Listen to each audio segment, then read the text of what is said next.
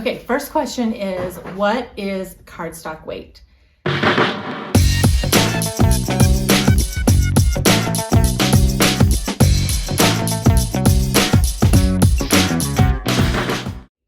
So you'll find a great blog post on our website that talks all about paperweight. Typically, paperweight is expressed in either pounds or GSM, and the pounds can be a bit confusing because there's text pounds and cover weight pounds.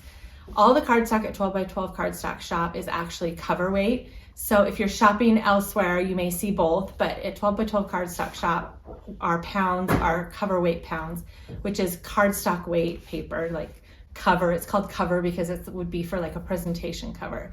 So it's the heavier version of the cardstock. So we share our paperweight in pounds, but also in GSM. And if you're like me, you can always not ever remember what a GSM number is compared to the weight.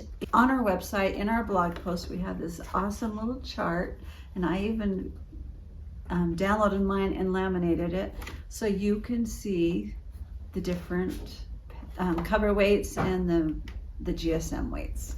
And Rachelle's going to demonstrate, show you probably how it. I'll show it. So this is it. 100 weight and an 80, or 100 pound and 80 pound. And you can see when you hold them up that the one that is 80 flops down a little lower than the 100 pound that's thicker. And then we've got, I'll do an 80 and a 65.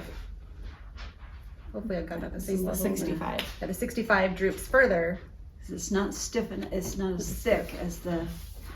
So that's how you can tell when you're at home too. Like here's the 100 and then the 65. So that one really shows. And if you have Basil or American Crafts textured cardstock, that's all 80 pounds. So that's a good one to use as a base to kind of test your other papers when you're at home.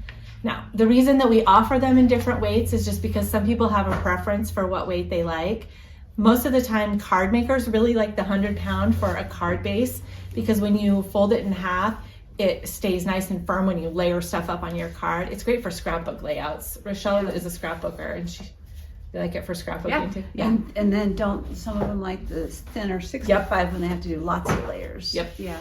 Yeah. They like the thinner And the weight. flowers. Yes, paper flowers, when you're flowers. shaping paper flowers, 65 is great because it's a little bit more pliable. If you try to like shape and bend the 100 pound, it's just not gonna crack and not gonna work. So depending on what kind of a paper crafter you are, paper weight is important and it makes a difference. And we have it all. So whatever you want, we've got it. And I want to bring up the point of the pattern papers because I get a lot of questions on the weight of the pattern papers. And correct me if I'm wrong, Rachelle, but the thin single-sided pattern papers Those are less than 65. and then if they're double-sided and like our Echo Park papers, if they're thicker Then they're the 80. So I kind of always No, feel they're like 65.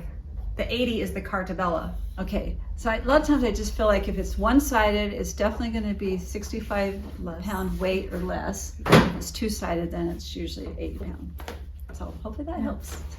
Yeah, and if you have any other questions, let us know. We'll link to the blog post about paperweights in the comments so you can read more about it if you want all the sciencey information. Yeah, or get your little your little cheat sheet chart. And we're happy to help too if you have questions about, if you're a paper crafter specializing in a certain type of paper craft, we can help answer what cardstock you might want to try out for the first time you try us.